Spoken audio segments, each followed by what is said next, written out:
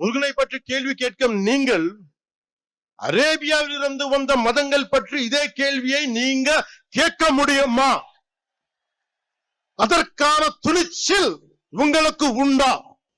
அதனால சொல்றேன், சீண்டி பார்க்காதீர்கள். தன்னை சீண்டி பார்க்காதீர்கள் என ஆந்திர துணை முதல்வர் பவன் கல்யாண் நேற்று ஆவேசமாக பேசியதற்கு அமைச்சர் சேகர் பாபு உனக்கு என்ன தமிழ்நாட்டில் வேலை என பதிலடி கொடுத்துள்ளார். ஒரு கிறிஸ்தவராக இருக்கலாம், ஒரு முஸ்லிமாக இருக்கலாம், ஆனால் ஒரு ஹிந்துவாக இருந்தாலே இவர்களுக்கு பிரச்சனை.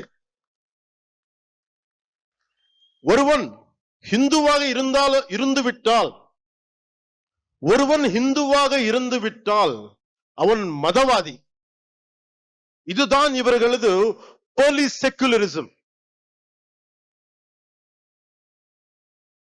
என் நம்பிக்கையை கொண்டாட எனக்கு உரிமை உள்ளது. அதை கேட்க நீங்கள் யார்? உங்கள் நம்பிக்கையை நாங்கள் கேள்வி கேட்கவில்லை. அதே நாகரிகத்தை நீங்கள் கடைபிடியுங்கள். என் மதத்துக்கு மரியாதை கொடுக்கு விட்டாலும் பரவாயில்லை, அவமரியாதையை செய்யாதீர்கள். முருகனை பற்றி கேள்வி கேட்கும் நீங்கள் அரேபியாவில் இருந்து வந்த மதங்கள் பற்றி இதே கேள்வியை நீங்க கேட்க முடியுமா? அதற்கான துணிச்சல் உங்களுக்கு உண்டா? அதனால சொல்றேன், சீண்டி பார்க்காதீர்கள்.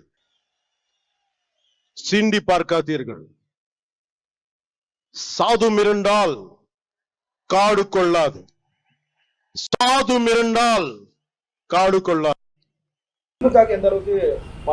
நீயே பதில் சொல்லலாம் போது இங்க உட்கார்ந்தத அவ்வளவு நீளமா கேள்வி கேட்டுருங்க. பவன் கல்யாணுக்கும் தமிழ்நாட்டிற்கும் என்ன தொடர்பு இருக்கின்றது? எந்த நாட்டுக்கு முருக பக்தர் அவரு? பவன் கல்யாண் வீரபாண்டிய கட்டபொம்மன் படத்திலே வருகின்ற வசனத்தை தான் நாங்கள் திரும்ப பேச வேண்டியது வரும். நாட்டு நட்டாயா களை பறித்தாயா என்ற சொல்லிற்கு ஏற்றார் போல்தான் அவரை திருப்பி தாக்க வேண்டியது வரும். அவருக்கும் தமிழ்நாட்டுக்கும் என்ன சம்பந்தம்? யார் அவர்? தமிழ்நாட்டில் இந்து சமய அறநிலையத்துறை சார்பில் 71,000 திருக்கோயில்கள் இருக்கின்றது. இதுவரையில் வரலாறு காணாத அளவிற்கு 3117 திருக்கோயில்களுக்கு இந்த திராவிட மாடல் ஆட்சி ஏற்பட்ட பிறகுதான் குடமுழுக்கு நடந்திருக்கின்றது.